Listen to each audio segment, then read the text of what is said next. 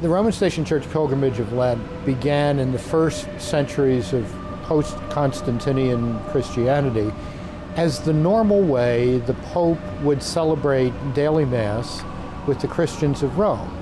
This program, church by church, was formalized by Pope Gregory the Great and then extended by his successors so that by the 8th century you've got a pilgrimage that covers every day of Lent and Easter week.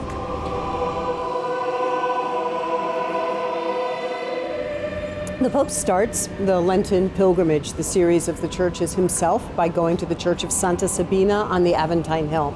And the Aventine Hill already begins to suggest several things to us as pilgrims, but also in the very rich and deep history of Rome, because these station churches, this custom, it comes out from first an underground era of Christianity, and then the legalization of Christianity, and then the vision of the Pope crisscrossing the city, of which we have this beautiful vestige on Ash Wednesday, when people get to see the Pope himself within the city of Rome. So I think already we see this wonderful sense of interacting with the city in the station churches and telling the true history of a pagan empire that converted to Christianity.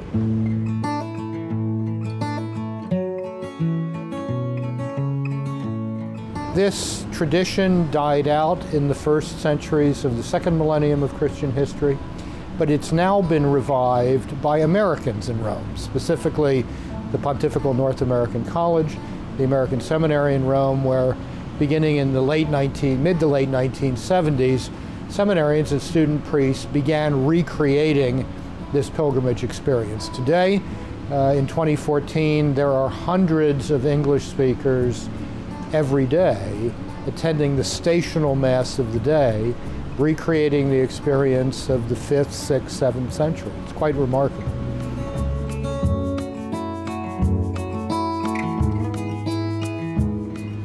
I think the fact that the pilgrimage takes place in Rome, where the churches are so beautiful, has a big impact, not only from a photographer's standpoint in terms of what I'm able to capture on camera, but on the pilgrims themselves. It's hard not to walk in these places and catch your breath.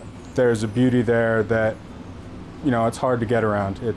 You're going there early in the morning, you start out kind of tired, and by the time you get there and you step in, it's like you had a couple cups of coffee. It wakes you up.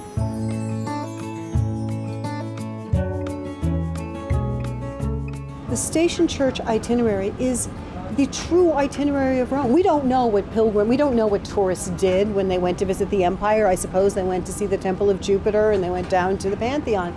But we know that for 1,000 years, or over 1,000 years, when people walked their way to Rome, when people struggled, they spent months and months and months to get here. What they wanted to see are these often very intimate, quiet, and sometimes not even decorated spaces, but spaces where we remember, we look at, and particularly compared to the grandeur of the monuments like the Colosseum, remember how the humility of Christianity, that willingness to sacrifice, eventually built something that would last while the other things crumbled.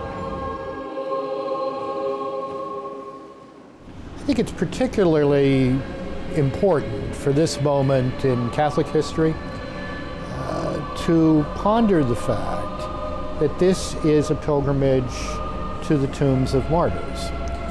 We are living in the greatest season of martyrdom in Christian history.